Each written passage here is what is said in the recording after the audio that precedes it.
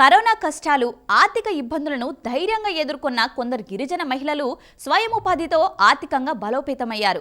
ఎంతలా అంటే ఏజెన్సీ నుంచి ప్రారంభమైన వీరి వ్యాపారం లండన్ వరకు విస్తరించింది. దీంతో ఈ విషయం ప్రధాని మోదీ వరకు వెళ్ళింది. దీంతో ప్రధాని తన మన్ కీ బాత్లో భద్రాచలం గిరిజన మహిళల అభివృద్ధి గురించి ప్రస్తావించి వారిని అభినందించారు.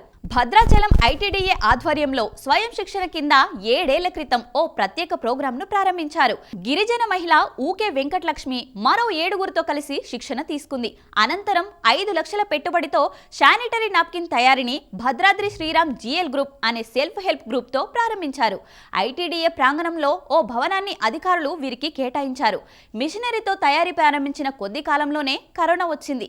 దీంతో వ్యాపారం లేక తీవ్ర ఇబ్బందులు పడ్డారు. మళ్లీ కోవిడ్ కాలం పూర్తయ్యాక మొక్కవోని ధైర్యంతో శానిటరీ ప్యాడ్ల తయారీ ప్రారంభించారు. ఆ ప్యాడ్లను గిరిజన సంక్షేమ శాఖ పాఠశాలలు, కళాశాలల్లో బాలికలకు సరఫరా చేశారు. నాడు నెలకు 100 ప్యాడ్లతో ప్రారంభం కాగా ప్రస్తుతం 40,000కు చేరింది. ఆ తర్వాత వెంకటలక్ష్మి మదిలో మరో ఆలోచన ప్రారంభమైంది. ఆదివాసీ సంప్రదాయ దినుసులతో ఆర్గానిక్ మిల్లెట్ బిస్కెట్ల తయారీని స్టార్ట్ చేయాలనుకుంది. మరో 3 సభ్యులతో కలిసి అప్పటి ఐటీడీఏ పీఓ గౌతమ్ పొట్రు దృష్టికి తీసుకెళ్లగా ఆయన తగిన శిక్షణతో పాటు బ్యాంక్ లోన్ కూడా ఇప్పించారు. ఇలా భద్రాద్రి మిల్లెట్ మ్యాజిక్ పేరిట బిస్కెట్ల తయారీని ప్రారంభించారు. కొర్రలు, రాగులు, జొన్న సాములతో రకరకాల బిస్కెట్లను తయారు చేసి అమ్మకం ప్రారంభించారు. మైదా, పంచదార లేకుండా పూర్తిగా ఆర్గానిక్ తో తయారు చేయడం వీరి ప్రత్యేకత. బెల్లం, నెయ్యి, బటర్లతో తయారు చేసిన బిస్కెట్లు ఆనతి కాలంలో అందరికీ నచ్చాయి. గౌతమ్ పొట్రు తర్వాత పీఓగా వచ్చిన రాహుల్ మార్కెటింగ్ పై తగిన శ్రద్ధ చూపి పలు చోట్ల కౌంటర్లు ఇప్పించారు. దీంతో వ్యాపారం విస్తరించింది. భద్రాచలంలోని శ్రీ సీతారామచంద్రస్వామి ఆలయం వద్ద, పట్టణంలోని పలు చోట్ల ఐటీడీఏ గిరిజన మ్యూజియంలో కౌంటర్లు ఏర్పాటు చేశారు.